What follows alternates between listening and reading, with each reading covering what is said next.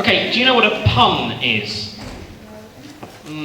Actually, I'm not entirely sure. A pun is basically where you play with words. You have one word that can have two or maybe even more meanings. And because this is a language college and we're very concerned about your education, we like to bring education into all aspects of your college experience, including the Hilderstone show, and we have got some time to kill. If I speak very slowly, perhaps I can kill about 10 minutes with this. Okay, see if you can spot the puns in this. If you laugh, you've understood it and you're doing very well. If you don't get the joke, you need to spend some money and enroll on a further course. Okay, 2 peanuts walk into a bar. 2 peanuts walk into a bar, and one is assaulted. Yeah, somebody got it. That's really funny. Thank you, Bryony. You can always rely on Bryony for some support. 2 fish swim into a concrete wall. One fish turns to the other and says, "Damn!" Haha, don't worry, I've only got another 18 of these, and then you can go home. And perhaps funniest of all, 2 television aerials. Do you all know what a television aerial is? Good, good, good. 2 television aerials met on a roof. They fell in love and they got married. The wedding wasn't up to much, but the reception was excellent. Fantastic. Okay. Phew. Got through that bit. How many of you have heard of Monty Python? Monty Python's Flying... No? I'm lisping now. How many of you have heard of Monty Python's Flying Circus? Okay, good. One person. Tumbleweed. In that case, they'll all have heard of it, they said.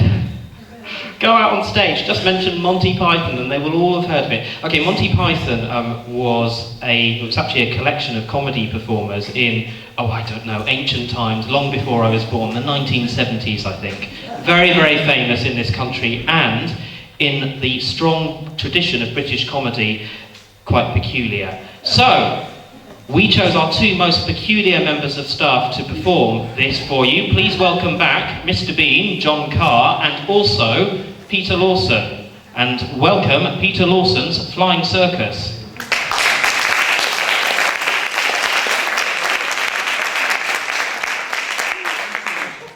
Can you hear me, or do I need this? Okay. I don't need this, okay. Right, so good evening.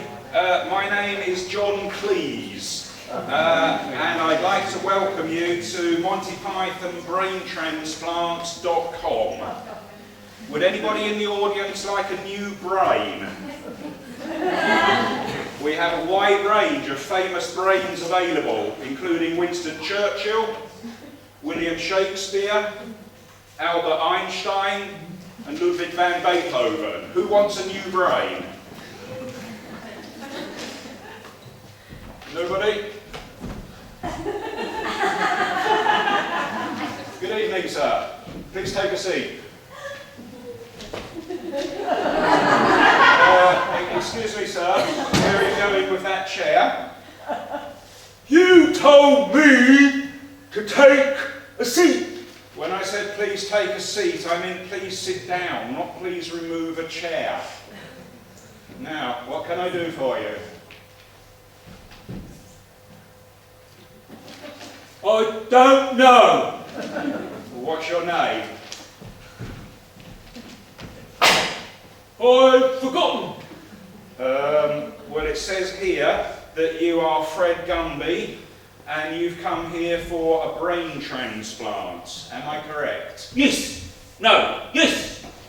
Now, I think I can guess the answer to the next question, but Mr. Gumby, why do you want a brain transplant? I don't know. Is it perhaps because you'd like to be more intelligent and have a better memory? Yes. No. Yes. Well, Mr. Gumby, we have a wide range of brains which will make you more intelligent and improve your memory. What kind of brain would you like? An ant, perhaps? A fish? A mouse? I want your brain. I'm sorry, Mr. Gumby, you can't have my brain. Firstly, I'm still using it. Secondly, even if you, me, and a chimpanzee were the last 3 creatures alive on Earth, I'd rather give my brain to the chimpanzee when I die. I want that brain. Mr. Gumby, that is Albert Einstein's brain. Who is Albert Einstein? He's one of the most intelligent men who have ever lived. It's the most expensive brain we have. I want it. I'm sorry, Mr. Gumby, you can't have it. Why not?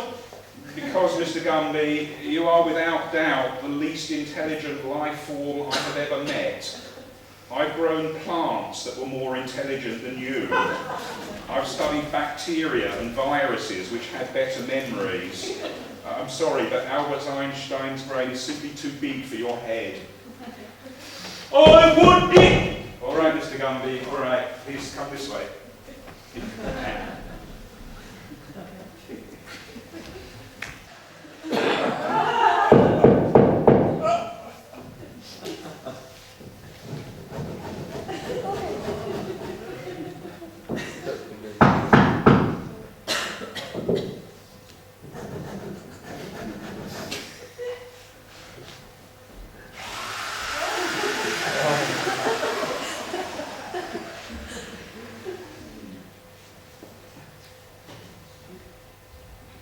Well, Mr. Gumby, we've managed to transplant Albert Einstein's brain into your head. Unfortunately, we couldn't remove your old brain because we couldn't find it. Now, I just need to ask you a few questions to check that your new brain is working properly. In your famous equation, E equals mc squared, what do E, M and C stand for? Mr. Gumby, in your famous equation, E equals mc squared, what do E, M and C stand for? My brain hurts. Think, Mr. Gumby, think. What does E stand for? Banana. Yes. What does M stand for? Empty. Yes. And what does C stand for? Coconut. I see. So, in your view, the entire universe can be explained by the fact that a banana is the same weight as an empty coconut. Yes.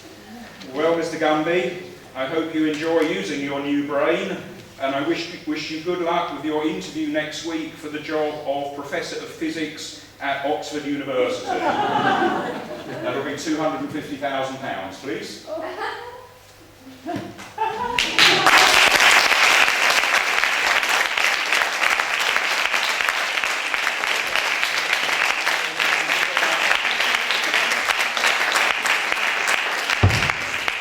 Hey, thank you very much to Mr. Bean and John Lennon.